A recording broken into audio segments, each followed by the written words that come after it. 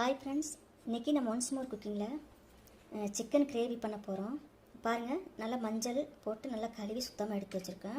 இப்போ சிக்கன் மசாலாவுக்கு நம்ம தேவையான பொருள் வச்சுருக்கோம். சின்ன வெங்காயம், வரமிளகா, வரமல்லி 2 ஸ்பூன் எடுத்துக்கோங்க.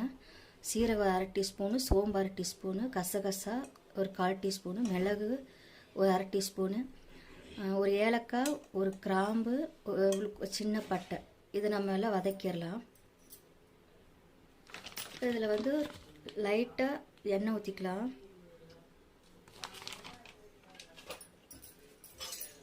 போட்டு நல்லா வதக்கிக்கலாம்.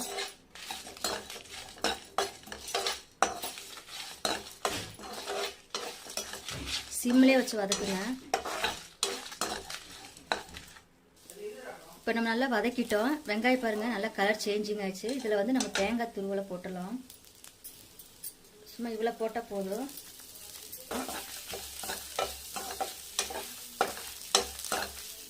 இப்போ நல்லா வதக்கிட்டோம். இப்போ தேங்காய் கூட கலர் சேஞ்சிங் ஆயிடுச்சு பாருங்கள்.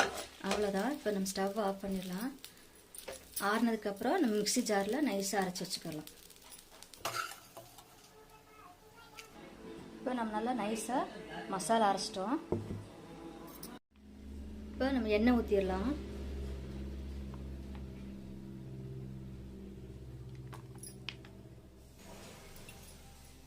வெங்காயம் போட்டுடலாம்.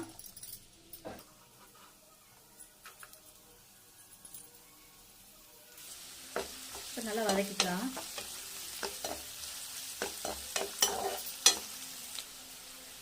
இதில் கருவேப்பிலையும் போட்டுக்கலாம். இப்போ இந்த அளவுக்கு நம்ம வதக்கியிருக்கிறோம். இதில் தக்காளி போட்டுடலாம்.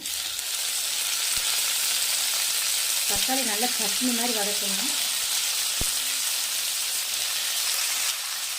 இதில் சால்ட்டு போட்டுடலாம். 2 தக்காளி போட்டுக்கோங்க. இப்போ நல்லா வதக்கி எடுத்துடலாம்.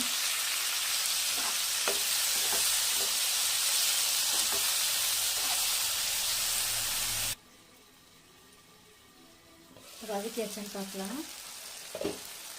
இப்போ நல்லா தக்காளி வதங்கிடுச்சு. இப்போ இதில் நம்ம மஞ்சத்தூள் போட்டுடலாம். 2 டீஸ்பூன் இஞ்சி பூண்டு விழுது போட்டு நல்லா பச்சை வாசம் போகிற அளவுக்கு வதக்கணும். இப்போ நம்ம நல்லா இந்த அளவுக்கு வதக்கிட்டோம். இப்போ இதில் நம்ம அரைச்சி வச்ச மசாலா போட்டுடலாம்.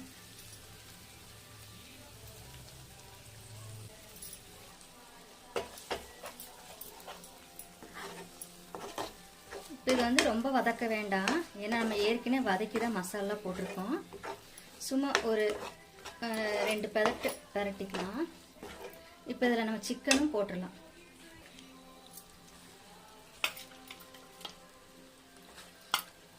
கல்லுப்பு போட்டு நல்லா பெரட்டி எடுத்துட்டு மூடி வச்சிடலாம்.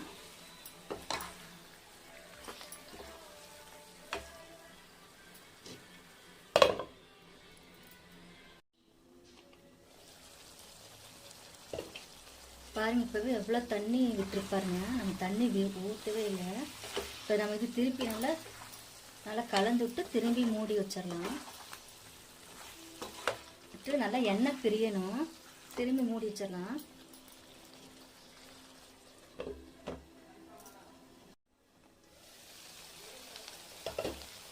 பாருங்க, எண்ணெய் பிரிஞ்சிச்சு. இப்போ நம்ம தண்ணி ஊற்றிடலாம்.